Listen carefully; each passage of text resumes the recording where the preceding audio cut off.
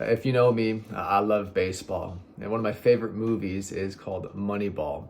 It stars Brad Pitt as the character Billy Beane, who is the head coach of the Oakland Athletics. Billy Beane was a nobody. He was someone that didn't have any accolades, status to his name. And Billy Beane was hired to take over the Oakland Athletics to manage and to lead the team. Well, the Oakland Athletics in the movie were absolutely horrible. They didn't have good players, they didn't have enough money, they didn't have enough talent. But then Billy Beane came on board and began to raise enough money, get enough players, and have the talent that he needed to win the World Series. But it didn't start that way. Billy Beane had to play to his strengths by finding players that were low cost and could have a lot of potential to get better. See, in leadership, you can have a good team and not a good leader, or a good leader and not a good team. And leadership makes and breaks everything. I mean, y'all know that you can have a really good team, but not a good coach, and not have the victory that you need because the coach is making the bad calls. Or you can have a really good coach, but not a good team. See, everything rises and falls on leadership. And what I believe about leadership to be true is that leadership is influence, and it always starts in the heart. See, a good coach or a good player has a vision for victory. And oftentimes, God puts a vision in your mind or in your heart. And I really do believe that God puts it in your heart before he puts it into your hands. And so a vision gets birthed to win a World Series, to start an organization, to start incredible ministry, but you don't have the resources for it. And so yes, vision begins in the heart, and God puts vision in our heart before he actually materializes it in our hands. And for us to achieve and live in this vision, it takes belief and it takes living by your values.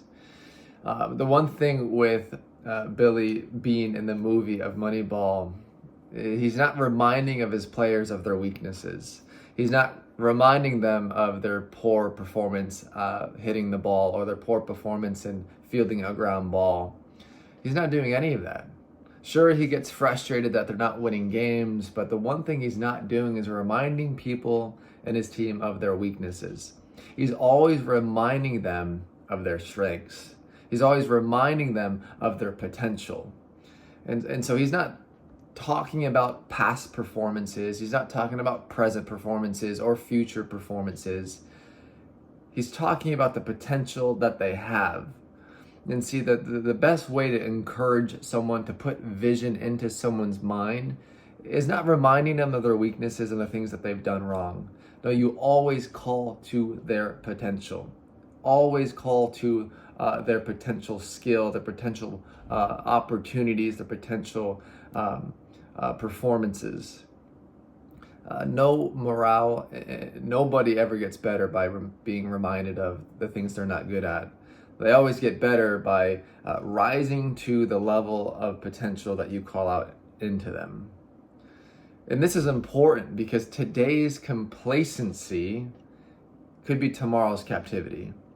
See, if you're never calling out potential in somebody, they can be complacent in their leadership, complacent in their growth, and actually begin to be taken captive by their stagnation. And so you might not be growing, you might not be progressing because you're complacent. You're not being called to higher potential. See, a good coach always calls to potential.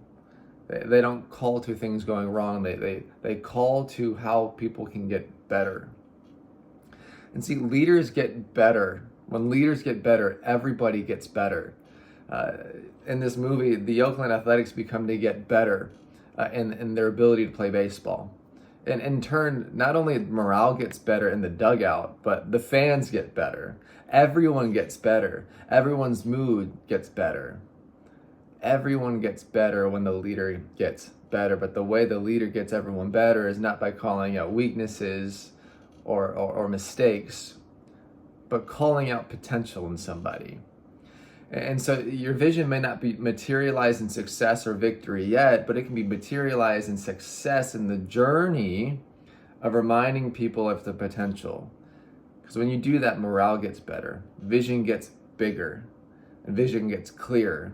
And then the journey of achieving the victory and success becomes a lot more enjoyable.